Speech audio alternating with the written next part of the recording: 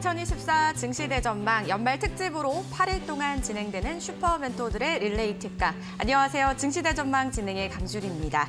자, 어느덧 올해 증시 거래일도 그리고 특집 방송도 마지막을 향해 달려가고 있습니다. 마무리를 잘해야 또 시작도 잘 할 수 있을 것 같은데요. 여러분들 이 증시 대전망을 좀 시청하시면서 한 해 마무리하시는데 좀 도움이 되셨으면 좋겠네요. 오늘도 이데일리 TV에 정말로 오랜만에 또 출연하시는 분께서 여러분들을 기다리고 있다고 합니다. 어떤 멘토인지 또 바로 만나보셔야겠죠.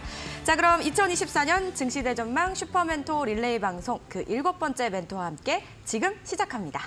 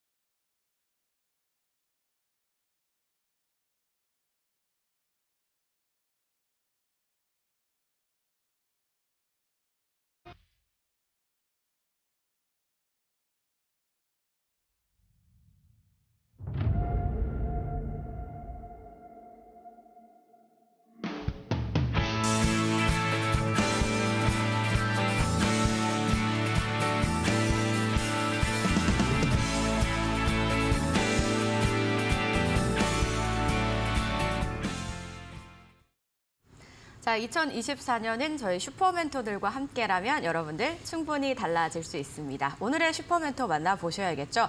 저희가 정말 어렵게 모신 분이고 너무나도 오랜만에 또 이데일리 TV를 찾아주신 분입니다. 암행어사 이상민 멘토 만나보겠습니다. 안녕하세요. 네, 안녕하십니까. 네, 반갑습니다. 자, 굉장히 어려운 걸음하셨다고 들었습니다. 어쩐 일로 여기까지 이렇게 또 출두를 해주셨을까요?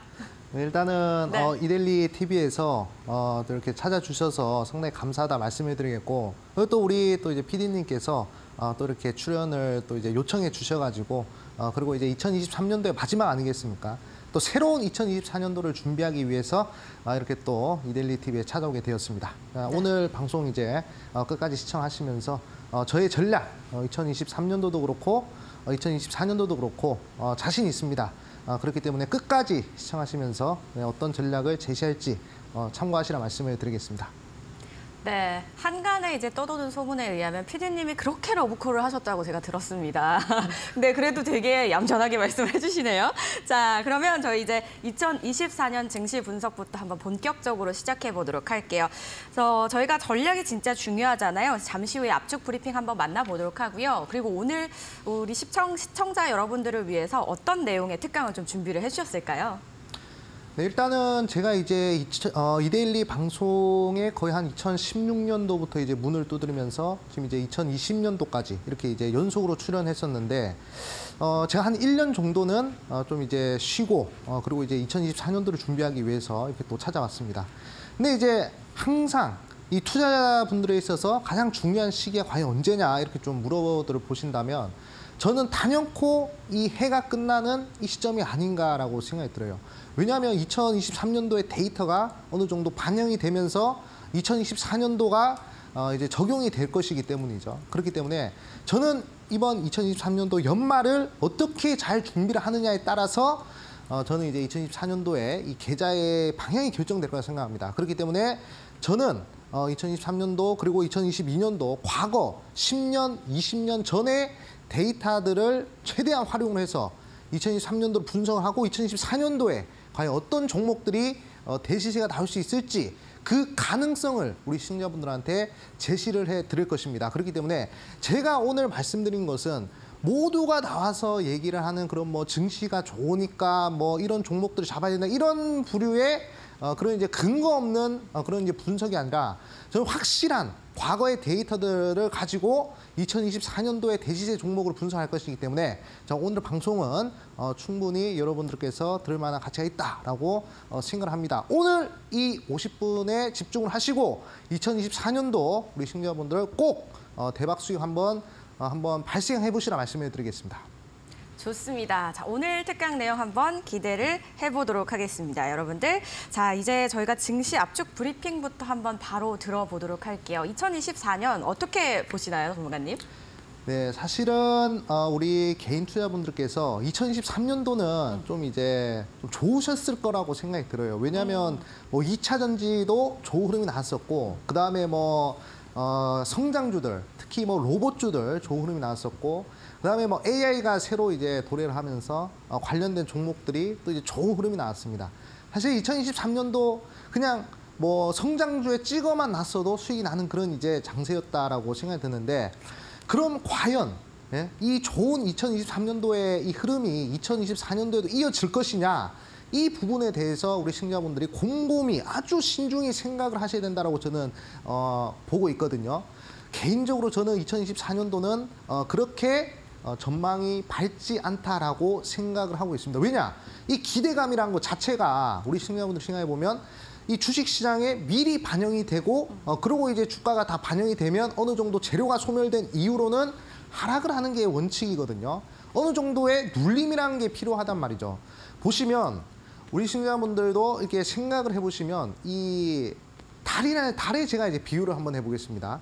달도 보름달이면 결국에는 초승달로 변하게 되어 있고, 초승달은 결국에 보름달로 변하게 되어 있습니다. 지금의 증시 흐름은 제가 감히 말씀드리자면 보름달이 만개했다라고 저는 생각을 하거든요. 그렇기 때문에 지금 과연 어떤 거시적 불확실성과 리스크들이 우리를 위협하고 있는지에 대해서 제가 말씀을 드릴 것이고, 그 위험과 불확실성 속에서 대시세 종목을 발굴할 수 있는 그 과거 데이터를 사례를 통해서 여러분들한테 강조드릴 것입니다. 그렇기 때문에 제가 오늘 2024년도 이 증시에 대해서는 긍정적인 얘기들은 많잖아요. 다른 채널에 돌려보면 다 좋은 대시세 나온다. 지금 삼성전자 8만 원, 9만 원, 10만 원 가는 이런 얘기 나오고 있지 않습니까?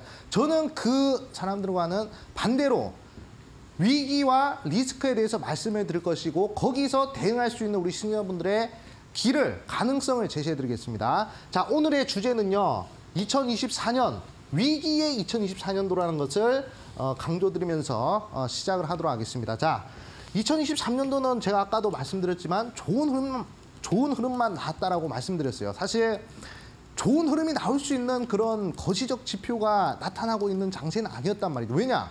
지금 우리나라 금리와 그리고 이제 미국의 금리는 거의 뭐 한 3% 정도 역전이 돼 있습니다. 원래 정석적이라면 우리나라 금리가 미국의 금리보다 훨씬 높아야 되지만 지금은 미국의 금리가 훨씬 높은 그런 상황이란 것이죠. 그러면서 최근에 이제 증시가 좋은 흐름이 나오고 있는 부분에 대해서 말씀드리자면, 미국이 이제는 금리를 내릴 수도 있으니까 이제는 우리나라도 어느 정도는 미국과 금리가 맞춰지겠지. 그럼 금리가 이제 맞춰지면 그러면 이제 대출해놓은 부분들이 쉬워지기 때문에 성장주들이 상승할 수 있겠지. 그런 막연한 기대감으로 상승을 했지 실체는 존재하지 않았다는 것입니다. 그렇기 때문에 어느 정도는 우리가 하락을 좀 이제 대비해야 될 그런 시점이 아닌가라고 생각 들어요. 자, 우리나라 경기 전반적인 분위기로 봤을 때 가장 중요한 부분에 대해서 제가 한 가지 말씀해 드리자면, 올해 우리 한국의 이 가계, 그리고 기업, 그리고 정부 다 합쳐가지고 부채가 6천조라고 합니다. 이 6천조라는 금액은 상당히 큰 금액이라고 저는 생각하거든요. 과거 코로나 전만 하더라도 이 정도까지는 아니었어요. 근데 코로나가 터지고 그리고 이제 뭐 이렇게 뭐 은행도 그렇고 뭐 정부도 그렇고 뭐 기업도 그렇고 돈 들어갈 때가 많잖아요.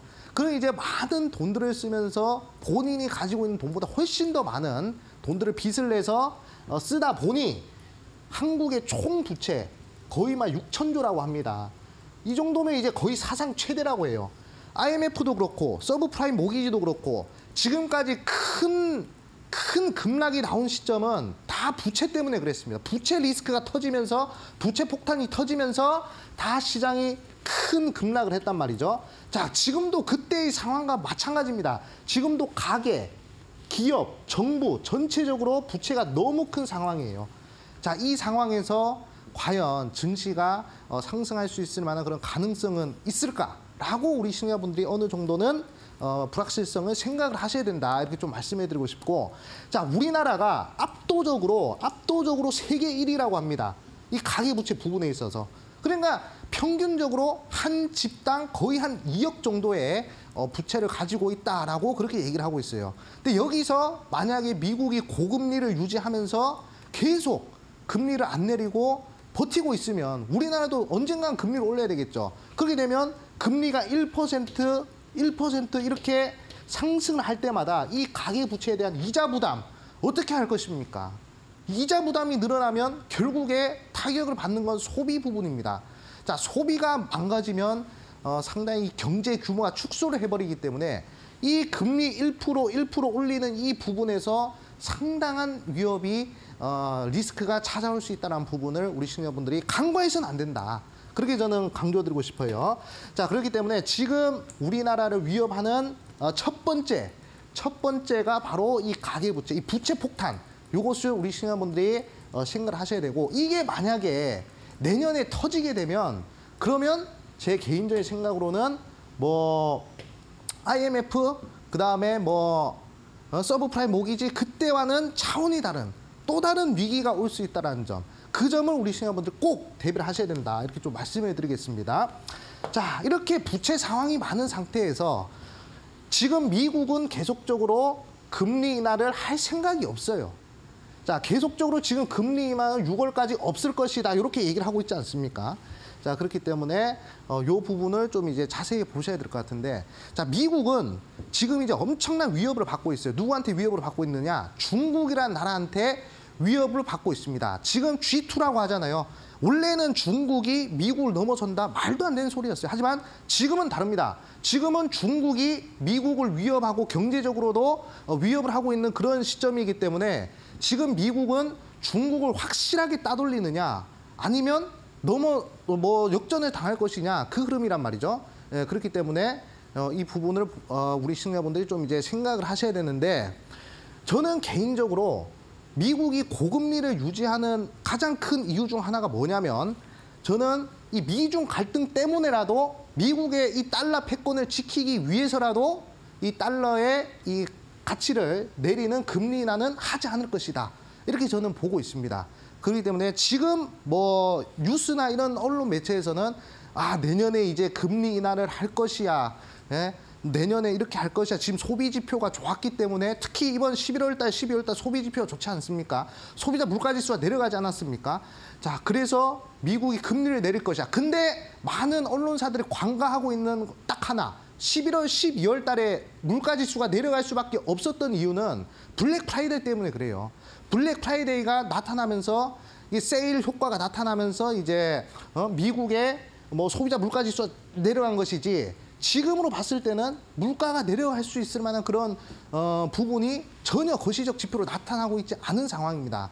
그럼에도 불구하고 우리나라 주류 언론들은 계속적으로 미국은 이제 내년에 금리 인하를 할 것이라고 얘기를 하고 있단 말이죠. 그렇기 때문에 이 부분을 좀 이제 참고를 하셔야 되겠고, 자, 필라델피아 연은 총재도 얘기를 하고 있습니다. 금리를 낮춰야 하지만 낮춰야 되는 건 아닌데 지금 당장은 아니다라고 얘기를 하고 있어요. 자, 예를 들어서 제가 이제 누구한테 돈을 빌려줬습니다. 돈 언제 갚을래? 이렇게 물어봤는데 갚아야 되긴 하는데 언젠간 갚을게, 이렇게 얘기하는 거랑 똑같단 말이죠.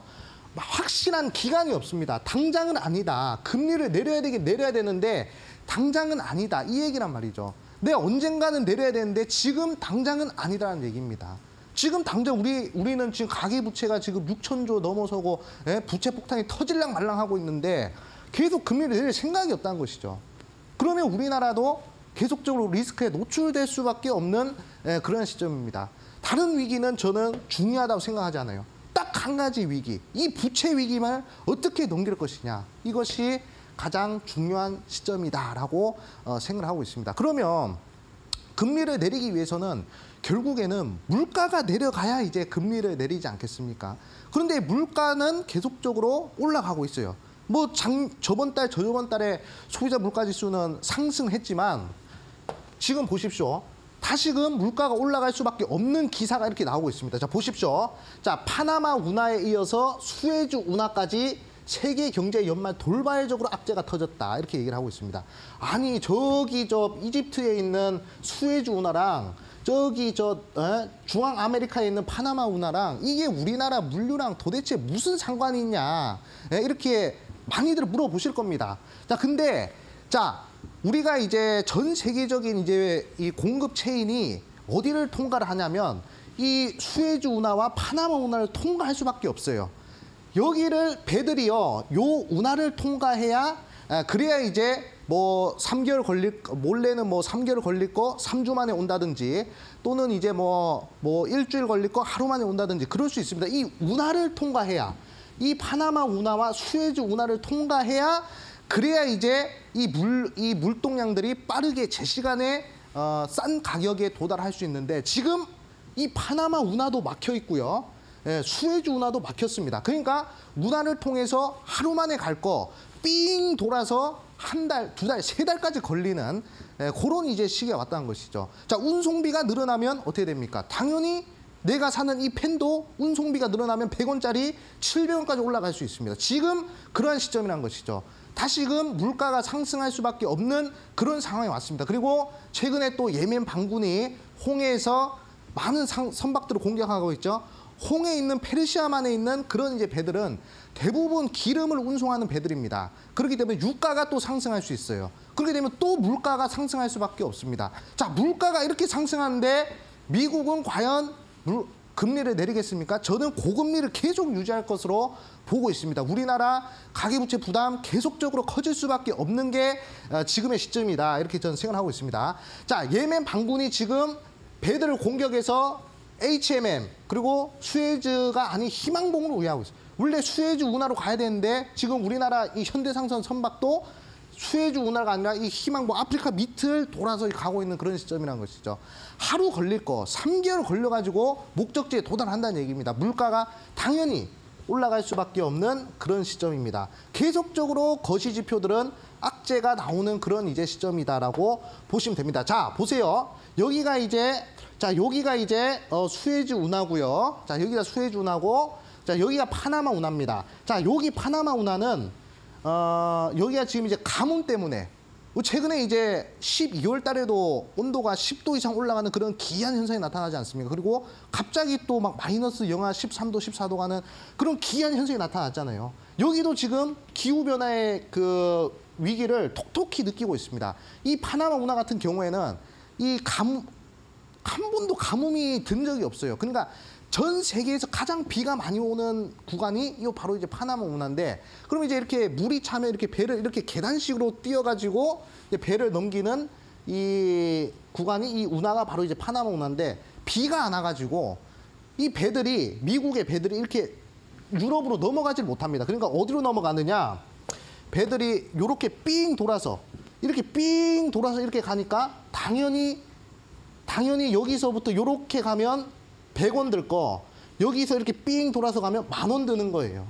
이것 때문에 지금 물가가 안 잡힐 가능성이 매우 크다는 것입니다. 자, 여기서도 마찬가지. 여기도 지금 수에즈 운하를 가지고 중국에서 생산한 물건들이 유럽으로 가기 위해서 이 수에즈 운하를 통과해야 되는데 통과를 못 하고 있어요. 여기서 100원 걸릴 거 100원 만에 여기 이렇게 갈 거 삥 돌아서 10,000원으로 써야 된단 말이죠. 지금 공급망 문제 때문에 하도 난리였는데 지금 또 이렇게 물류가 막히면서 저는 상당히 큰 악재가 아닌가라고 생각을 하고 있습니다. 그렇기 때문에 우리 시청자분들은 이런 이제 리스크들 계속적으로 이제 생각을 하셔야 되고, 자, 이건 이제 솔직히 말씀드려가지고 이제 우리나라 가계부채와 그 다음에 좀 이제 전 세계 물동량이나 이런 부분들에 대한 리스크는 솔직히 말씀드리자면 좀 이제 간접적인 그런 리스크라고 좀 본다면 정말 앞으로 닥친 가장 첫 번째 이 리스크에 대해서 좀 말씀해 드리고 싶습니다. 바로 이 부동산 PF, 요 이제 특히 이 브릿지론, 요게 지금 가장 큰 문제라고 저는 생각을 하고 있습니다. 자, 최근 들어가지고 2019년도부터 거의 한 2020년도까지 이 부동산 시장이 엄청나게 과열이 됐잖아요. 그러니까 집만 사놓으면 다 돈 버는 그런 시장이 바로 이제 2019년도부터 2022년도, 23년도였는데 그때 이제 집을 살 때 사람들이 자기 돈을 가지고 다 샀을까요? 자기 돈 현금 100% 가지고 집을 샀을까요? 그러진 않습니다. 거의 대부분 무엇으로 샀다? 바로 이제 대출을 끼고 그리고 이제 집을 샀다. 이렇게 보시면 됩니다. 그만큼 부동산과 관련된 부분은 이제 무엇을 한다? 이 빚, 이 부채가 상당히 많이 들어가는 그런 이제 자산이다라고 보시면 되고요. 자, 그럼 이제 이 30조 부동산 PF 브릿지론이 뭐냐? 이 브릿지론에 대해서 우리 시청자분들이 좀 이제 잘 아셔야 되는데 일단 이 부동산 개발이죠. 그러니까 예를 들어서 아파트를 짓기 위해서는 뭐가 필요하겠습니까? 땅이 필요해요. 그 땅을 시행사가 자기 돈으로 매입을 해서 거기다가 이제 건물을 올리는 게 바로 이제 아파트를 짓는 그런 과정이거든요. 보시면 자, 시행사가 대부분 한 평균적으로 20억에서 한 30억 정도의 금액을 가지고 이 땅을 저 이제 매입을 하는데 여기 땅 사기 전에 대부분 다 지주들이 있을 거 아니겠습니까? 이 지주들한테 이 땅을 사야 이제 아파트를 올리잖아요. 근데 이 지주들한테 원래 뭐 100만 원에 땅을 사기로 했는데 원래 시세가 100만 원인데 지주들이 100만 원으로 시행사한테 땅을 팔겠습니까?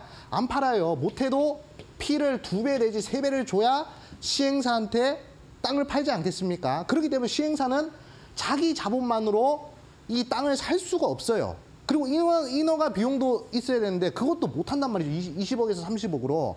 그럼 이제 어디서 대출을 받느냐? 은행 또는 증권사. 자, 증권사, 그 다음에 뭐 제2금융권 이런 데서 대출을 받아서 이 땅을 사게 됩니다. 그게 바로 브릿지론이에요. 예, 그게 바로 브릿지론인데 최근에 하도 많은 시행사들이 나타나면서 이 시행사들이 이 브릿지론을 상당히 많이 빌렸습니다. 그리고 이 브릿지론이 금리가 상당히 높아요. 한 10%입니다. 10%. 빨리 땅을 토지 매입하고 빨리 인허가를 받아야 그래야 이제 아파트를 올릴 수 있는데 그러기 위해서는 빠르게 돈을 끌어다 써야 되기 때문에 이 브릿지론의 금리가 상당히 높습니다. 근데 지금 문제가 뭐냐? 이 브릿지론이 돈을 갚아야 되는데 못 갚고 있다는 거예요, 지금. 그게 30조라는 겁니다, 30조 지금. 30조 부동산 브릿지론 폭탄이 언제 터진다? 내년 상반기 만기입니다. 만기면 돈을 줘야 되잖아요. 내가 뭐 4월 30일까지 브릿지론 갚을게 라고 얘기를 했는데 4월 30일이 넘어가는 순간에도 돈을 못 갚으면 그러면 어떻게 됩니까?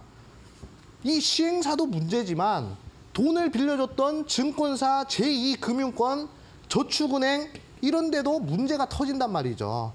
그냥 뭐 빚을 못 갚아서 나 파산하면 되지 이게 아니라 시행사만 작살나는 게 아니라 증권사, 제2금융권, 저축은행까지 지금 위기 상황에 놓여 있는 부분이기 때문에 이번에 만기를 연장하지 못한다 브릿지론이 그러면 저는 2024년도 상반기 총선 이후 총선 전까지는 건드리지 않을 겁니다. 이 부분을 총선 이후에 정말 큰 위기가 한번 찾아올 수 있다라고 생각을 하고 있습니다. 그렇기 때문에 지금 이 브릿지론 요거 만기 못하면 정말 준비를 하셔야 되겠다 이렇게 좀 말씀을 드리겠고 자 그리고 이제 대부분 언론에서 얘기를 하고 있는 게 브릿지론이 대부분 30에서 50% 정도 손실이 예상되고 있다고 합니다. 그렇기 때문에 상당히 큰 위기가 찾아오고 있다. 뭐 때문에? 부채 때문에 우리가 지금 코로나 때 썼던 그 빚 때문에 그게 부메랑이 되어서 우리나라 증시를 타격할 수 있는 그런 이제 시점이다라고 생각을 하고 있습니다. 그렇기 때문에 우리 시청자분들은 이 부분을 꼭 이제 확인하셔야 되고 요거 보십시오. 이게 바로 이제 제가 이제 그림을 그려놓은 건데 자 시행사가 이렇게 있고요. 요 이제 저축은행, 증권사, 이 금융권이 이렇게 고금리로 대출을 해줘서 그 다음에 이제 땅을 사는 그런 게 바로 이게 브릿지론인데 이 금리가 너무 높기 때문에 갚기가 쉽지가 않다. 그래서 우리 시청자분들은 요 흐름도 좀 이제 잘 눈여겨 보시면 되겠다. 종합적으로 이제 정리를 해서 말씀드리자면 2024년도는 좀 이제 힘든 시장이 될 수도 있다라는 저의 의견을 말씀드리겠고 그 첫 번째 이유는 우리나라 가계부채 때문이고 두 번째 이유는 미국이 아직 고금리를 계속적으로 유지할 수밖에 없는 그런 상황이고, 세 번째는 물가가 잡히지 않는다는 점. 지금까지 11월 달, 12월 달 물가가 잡히는 효과는 블랙 프라이데이 때문이었다는 점. 그리고 마지막으로 내년 상반기에 돌아오는 브릿지론 만기. 이 네 가지가 2024년도를 위협하는 가장 큰 요인이다라는 점을 말씀드리면서, 우리 시청자분들 이거 대응하셔야 되겠죠. 어떻게 대응할 것이냐, 제가 계속적으로 설명드릴 테니까 방송 끝까지 집중하시라 말씀드리겠습니다. 네. 자, 최근 이제 미국의 주요 경제 지표들이 시장 예상치보다 좀 잘 나왔기 때문에 금리 인하를 굉장히 기대를 하고 있었던 시점이었거든요. 그런데 이 지표들이 또 잘 나올 수밖에 없던 시기가 겹치기도 했었네요. 그리고 고금리 부채를 좀 잘 이겨내야 될 것 같고요. 그리고 앞으로 닥칠 수 있는 다양한 글로벌 위기들도 우리가 잘 넘겨야겠다라는 생각이 들었습니다. 그런데 저희 또 어사님을 기다리시는 분들이 굉장히 많으셨나 봐요. 저희 이데일리 유튜브 스트리밍 댓글에 보니까 잘생겼다 어사님 드디어 컴백하시나요? 시간이 흘러도 변함없는 이 어사님 지금 다들 기다리고 계시거든요. 좀 기분이 어떠세요? 이렇게 또 오랜만에 네. 찾아왔는데 이렇게 또 알아봐 주시는 분들도 계시고, 아주 그냥 고향에 돌아온 느낌입니다. 어사님도 기분이 아주 좋으신 것 같습니다. 자, 댓글 올려주신 분들도 너무 감사드리겠습니다. 자, 이렇게 많은 분들께서 우리 어사님이 좀 돌아오셨으면 하고 바라시는데, 아쉽게도 저희 증시 대전망 특집으로만 또 나오시게 됐습니다. 그래서 또 저희가 특별히 준비를 했습니다. 여러분들을 위한 슈퍼멘토 페스타 방을 준비를 했는데요. 노란 톡방에 들어오시면 되겠습니다. 자, 슈퍼멘토 페스타, 그러니까 페스티벌로 생각을 해주세요, 여러분들. 연말 특집 페스티벌입니다. 자, 참여만 하셔도 시청자 여러분들을 위한 다양한 이벤트들이 준비가 되어 있고요. 그리고 저희 슈퍼멘토들의 공개 방송과 소수정의 집중 교육도 여러분들을 기다리고 있습니다. 지금 노란 톡방에 들어오셔서 참여해 보시면 좋을 것 같습니다. 노란 톡방 첫 번째 페이지에서 우측 상단에 보시면 돋보기가 있습니다. 돋보기 클릭하셔서 슈퍼멘토 암행어사 8글자를 입력해 주시면 되겠습니다. 그리고 클릭하신 후에 오늘 12월 27일이죠. 1227 눌러서 들어와 주시면 되고요. 그리고 QR코드 저희 방송 중간중간에 나가고 있습니다. 카메라를 켜셔서 QR코드 스캔해 주시면 똑같은 링크가 뜹니다. 클릭하셔서 하나, 둘, 둘, 7, 12월 27일 중에 숫자만 넣어서 입력을 해주시면 슈퍼멘토 페스타방에 참여를 해보실 수가 있습니다.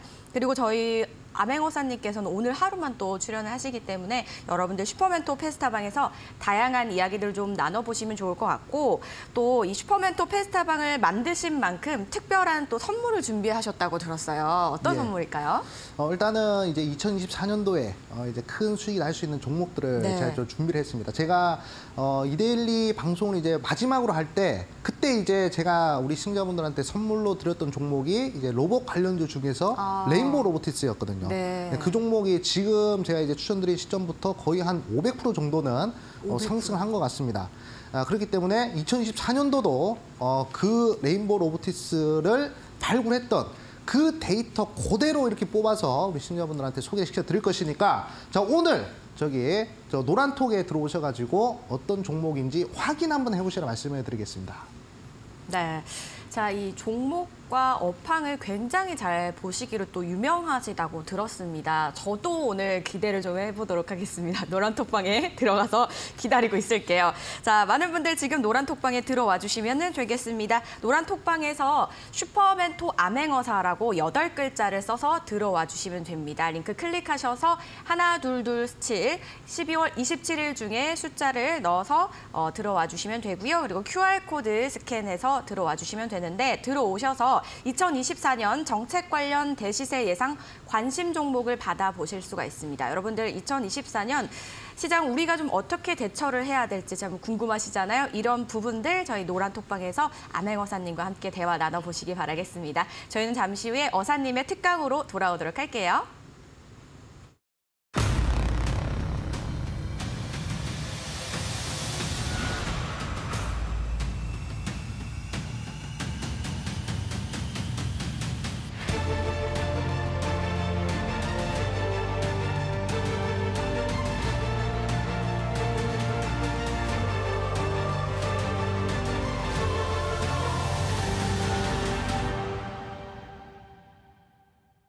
네, 여러분들 지금 2024 증시 대전망과 함께하고 계십니다.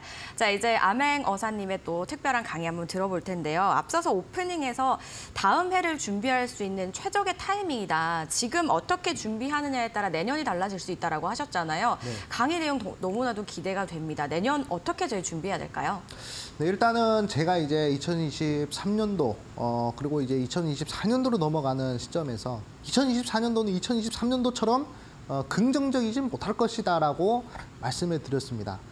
우리 시청자분들이 좀 이제 투자를 오래 하면서 좀 느끼는 부분들이 좀 있으실지 모르겠지만 제가 이제 이 투자를 하면서 느낀 부분이 어떤 부분이냐면 시장이 빠질 때 진정 대시세 종목이 출현하는 부분들이 많았거든요. 그렇기 때문에 우리 시청자분들께서 오늘 지금 이 순간부터 이제 집중을 하셔가지고 이 방송을 좀 이제 들으시면 2024년도에도 대시세 종목을 한번 노릴 수 있지 않을까 그렇게 좀 생각을 하고 있습니다. 그래서 본격적인 슈퍼메토 특강 이제 시작을 할 텐데 자 2024년도 나도 500% 수익을 낼 수 있다라는 주제로 좀 이제 준비를 했습니다. 자 방송 끝까지 시청을 하시면서 나는 어떻게 내년에 500%짜리 종목을 한번 노려볼 수 있을지 그 가능성을 여기서 찾아보시라 말씀을 드리겠습니다.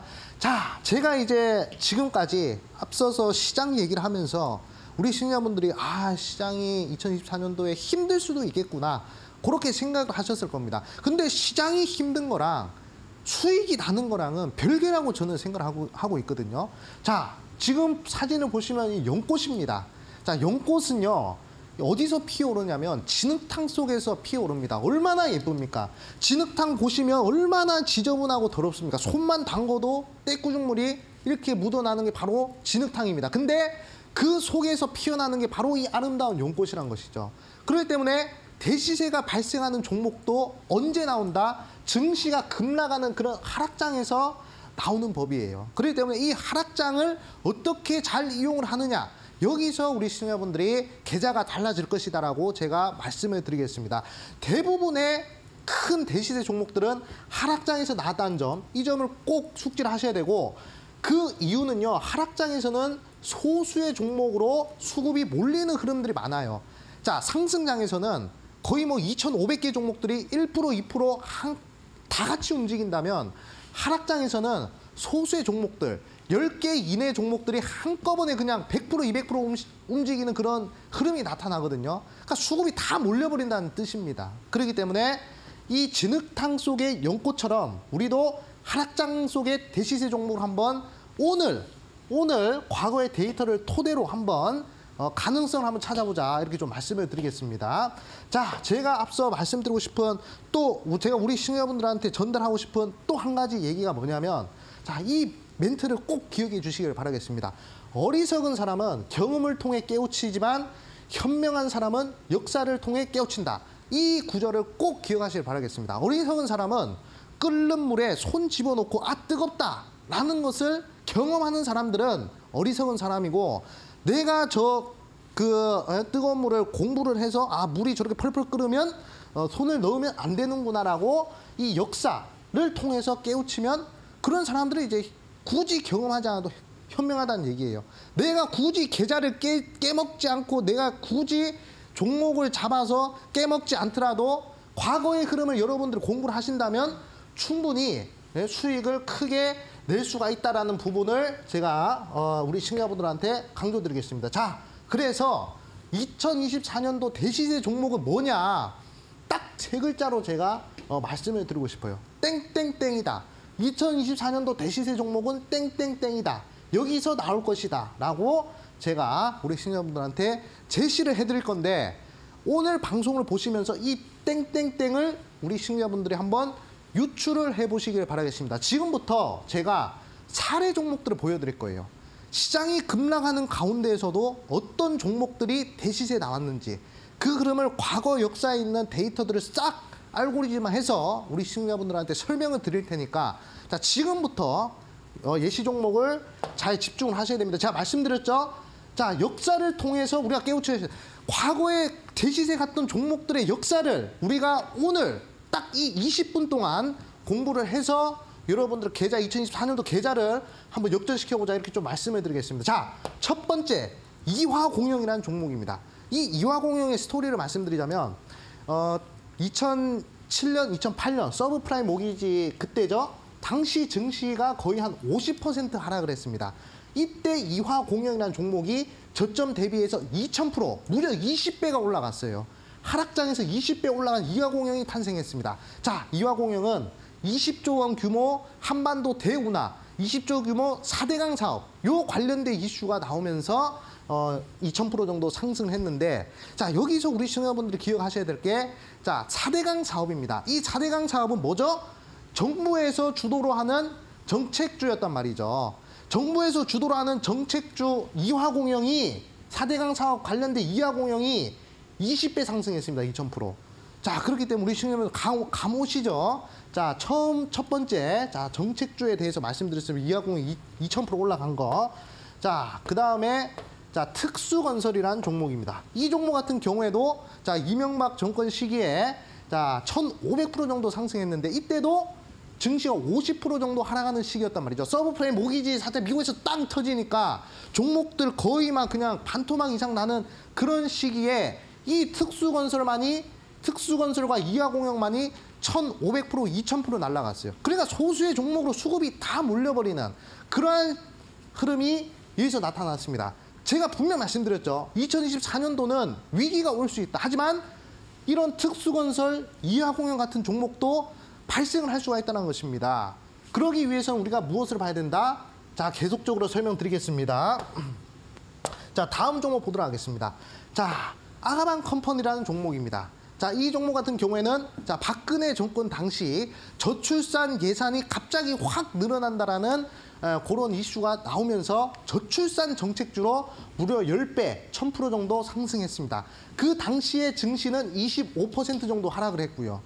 자, 박근혜 정권 당시 저출산 예산이 갑자기 확 늘어나면서 갑자기 1000% 상승했고 그때 당시 증시는 25%가 하락했어요. 하락장 속에서도 1000% 상승하는 종목이 발생을 했다는 것입니다. 그렇기 때문에 우리 시청자분들은 계속적으로 무엇에 집중하셔야 되겠습니까? 이 정책, 정부에서 어떤 정책을 하는지, 정부에서 어떤 쪽으로 돈을 밀어주는지 그 부분을 우리 시청자분들이 계속적으로 추적을 하셔야, 그래야 이렇게 증시가 50% 빠지든 25% 빠지든 1000%, 2000%, 3000%짜리 종목을 노려볼 수가 있다. 이렇게 좀 말씀드려요. 저는 100%, 200%짜리 종목으로 먹자는 게 아니에요.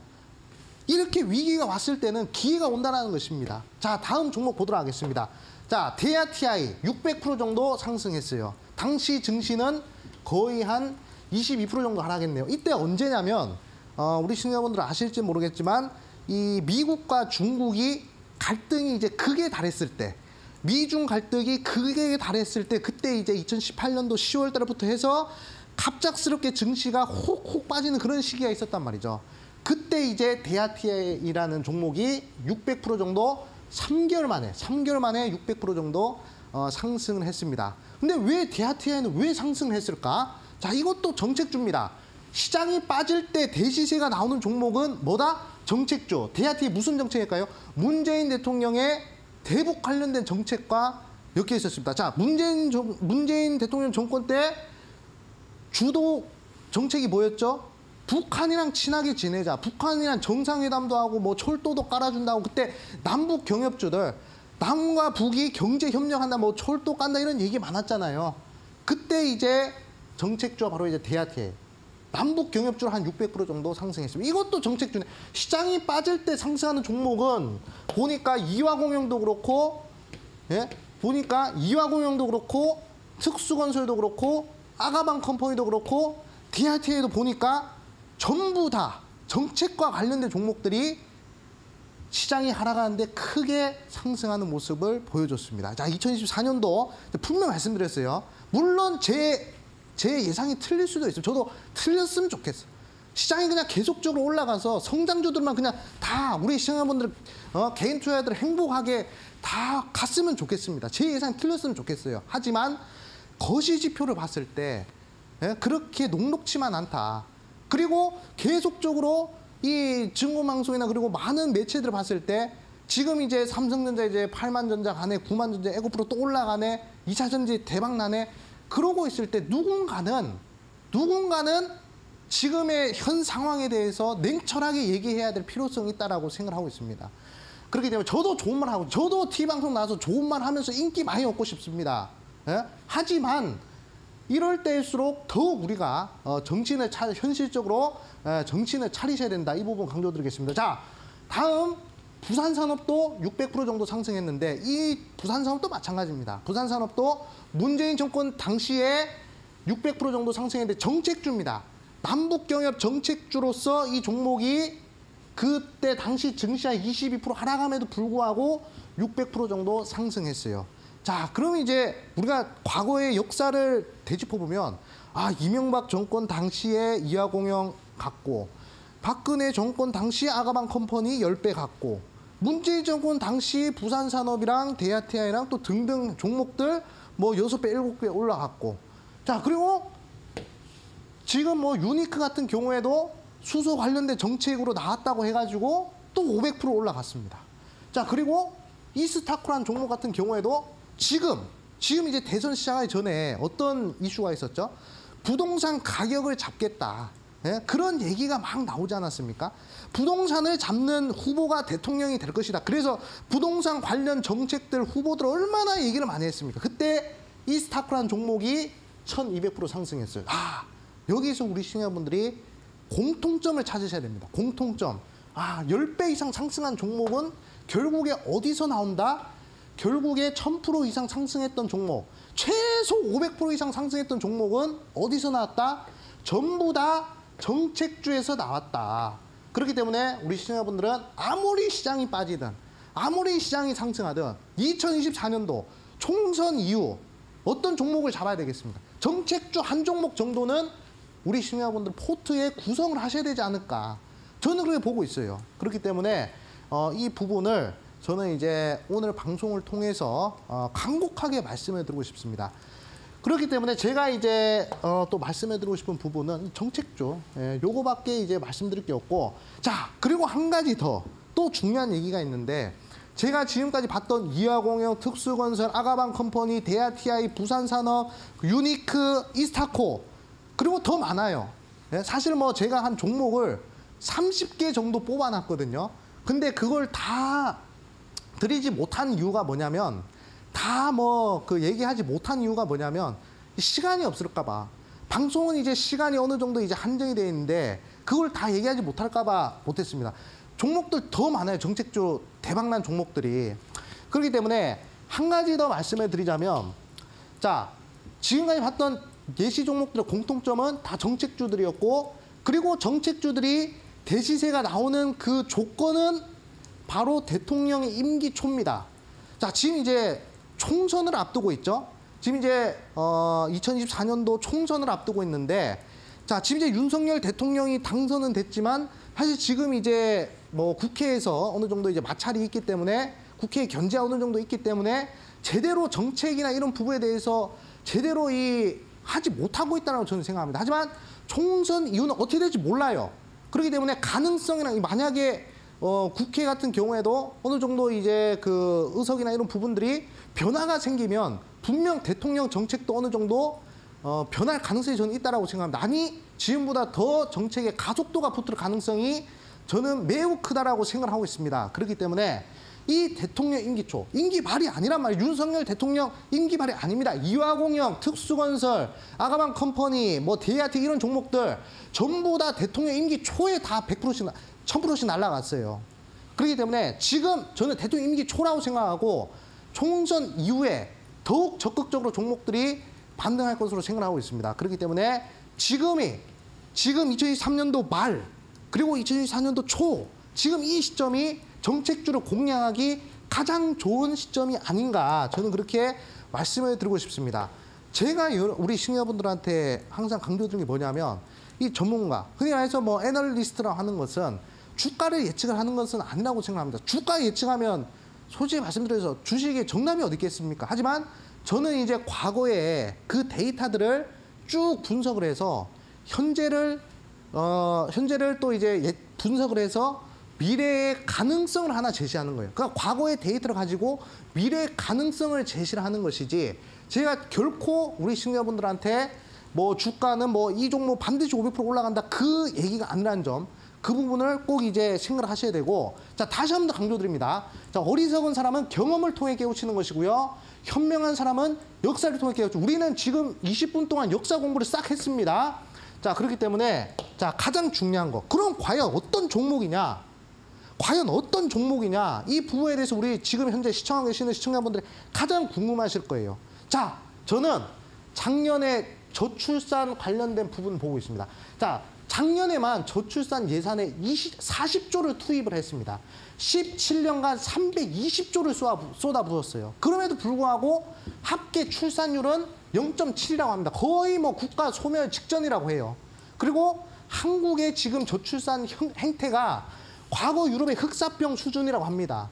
그만큼 지금 사회 문제로 가장 중요한 게 부동산도 아니요, 경제도 아니요, 바로 이 저출산입니다. 이 저출산을 17년 동안 320조를 때려 박았는데 그럼에도 불구하고 개선되는 게 하나도 없다. 그래서 나온 대안이 뭡니까? 바로 이민청입니다. 이민청. 바로 이민청이에요. 최근에 이제 한동훈 장관이 이제 비대위원장으로 이렇게 또 승낙을 하지 않았습니까? 그 한동훈 장관이 가장 언론에서 얘기를 많이 했던 분야가 바로 이 이민청이에요. 그렇기 때문에 우리 2024년도 정책주에서 대시시에 나오는 종목을 예상을 해보자면 저는 단연코 이 이민청 관련주에서 나올 확률이 매우 크다. 그렇게 생각을 하고 있습니다. 그렇기 때문에 지금이라도 우리 시청자분들 만약에 제 얘기가 공감이 되신다면 이 종목 꼭 쓸어 담아야 되지 않을까 그렇게 생각을 하고 있고, 제가 제시해드릴 이 종목은 무려 AI를 통해서 외국인들을 교육하는 부분에 있어서 원천 기술을 가지고 있어요. 이 원천 기술을 가지고 있는 종목들이 크게 가는 경우가 많습니다. 그것도 AI를 통해서 외국인들을 교육하기 때문에 이 분야만큼은 이 종목이 독보적이다. 이렇게 좀 말씀을 드리고 싶고, 자, 이 부채 비율을 잘 보셔야 되는데 이 회사는 최근에 부채 비율이 400%가 넘어갔어요. 내 자본보다 부채를 4배나 더 가지고 있었습니다. 하지만 이번에 이 부채를 40%로 줄였어요. 급 축소를 시켰어요. 부채 비율을 엄청나게 줄여버렸고 유보율을 700%에서 2,500%까지 끌어올렸습니다. 이거는 이제 주가 띄우겠다는 얘기거든요. 그렇기 때문에 저는 개인적으로 2023년도 말, 2024년도 초 이 정책주 잡아놓으시면 500% 대시세 한번 도전해 볼 수 있지 않을까 그렇게 생각합니다. 그래서 지금 시간이 없기 때문에 제가 여기서 공개는 못하고 제가 노란톡방에 여러분들 지금 요 보시면 방송 하단에 보시면 링크 보이시죠? 여러분들 핸드폰 들고 바로 사진 찍는 거 열어서 저 QR코드 저거 대시면 바로 들어올 수 있으니까 들어오셔서 이 정책주 받아가시라 말씀드리겠고, 저는 500% 놓인다 말씀드렸어요. 그렇기 때문에 그 노란톡방 카카오톡이죠. 카카오톡 거기로 들어오셔가지고 꼭 받아가시라 말씀드리겠고, 자세한 참여 방법은 우리 앵커님이 설명해 주실 것이니까 끝까지 집중하시라 말씀드리겠습니다. 네, 자, 하락장에서는 수급이 소수의 종목으로 몰리기 때문에 대시세 종목은 하락장에서 피해 오른다라고 했고요. 저희가 그동안 대시세의 역사를 보니까 공통점이 정책주였습니다. 자, 이런 정책주 포트에 하나 담아보시는 건 어떨까 싶습니다. 노란톡방에 들어오시기 바랄게요. 저희 노란톡방에서 슈퍼멘토 암행어사라고 검색하신 후에 하나 둘둘7 눌러서 들어와 주시면 되겠습니다. 자, 우리 암행어사님 이제 보내드려야 되는데요. 너무 오랜만에 나와주셨잖아요. 오늘 방송 좀 어떠셨어요? 네, 오랜만에 이렇게 또 방송 나오니까 너무 즐겁고 재밌었습니다. 네. 아니, 강의를 그렇게 열정적으로 하시더니 지금 갑자기 너무 또 이렇게 얌전해지셨네요. 네, 항상 이제 이 프로들은 이게 이렇게 또 해야 되기 때문에 항상 바뀌어야 되지 않겠습니까? 만약에 또 기회가 된다면 또 이제 이데일리에서 인사드릴 수 있도록 할 테니까 우리 시청자분들 언제든지 기대해달라 말씀을 드리겠습니다. 약속하신 겁니다. 꼭 기다리고 있을게요. 네. 자, 조만간 저희 암행어사님 다시 뵐 수 있으면 좋겠네요. 자, 내일은 이제 또 마지막 거래일이자 저희 또 마지막 슈퍼멘토가 출격하는 날이기도 합니다. 자, 오늘 또 주식 성공이라는 타이틀로 이 신드롬을 일으켰던 오은택 슈퍼멘토와 내일은 함께 하니까요. 여러분들 마지막 날까지 끝까지 저희와 함께 해주시기 바라겠습니다. 2024 증시대전망 슈퍼멘토 릴레이트강 오늘 방송은 여기까지 인사드리도록 하겠습니다. 시청해주신 여러분 고맙습니다.